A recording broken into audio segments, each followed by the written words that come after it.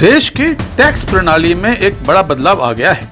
अब जीएसटी में 4 नहीं सिर्फ 2 टैक्स स्लैब होंगे। जी हाँ, अब टैक्स का झंझट पहले से आसान हो जाएगा।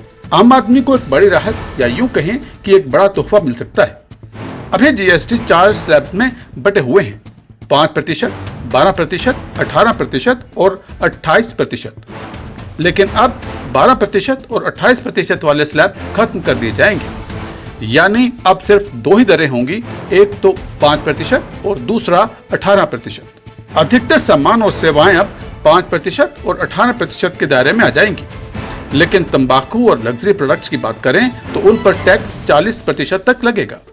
लग्जरी कारें भी इसी कैटेगरी में रखी गई हैं। मंत्री समूह की सिफारिशें जीएसटी परिषद को भेजी जाएंगी। वित्त मंत्री निर्मला सीतारमण की अध्यक्षता वाली परिषद इस पर चर्चा करके अपनी अंतिम मुहर लगाएगी।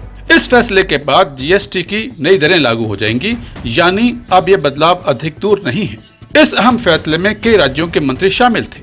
बिहार के डिप्टी सीएम सम्राट चौधरी ने पैनल की अध्यक्षता की थी। अन्य सदस्यों में यूपी के वित्त मंत्री सुरेश खन्ना, राजस्थान के गजेंद्र सिंह, बंगाल की चंद्रमा भट्टाचार्य, कर्नाटक के कृष्ण वारेगाड़ा और केरल के के.एन. बालगोपाल भी शामिल थे।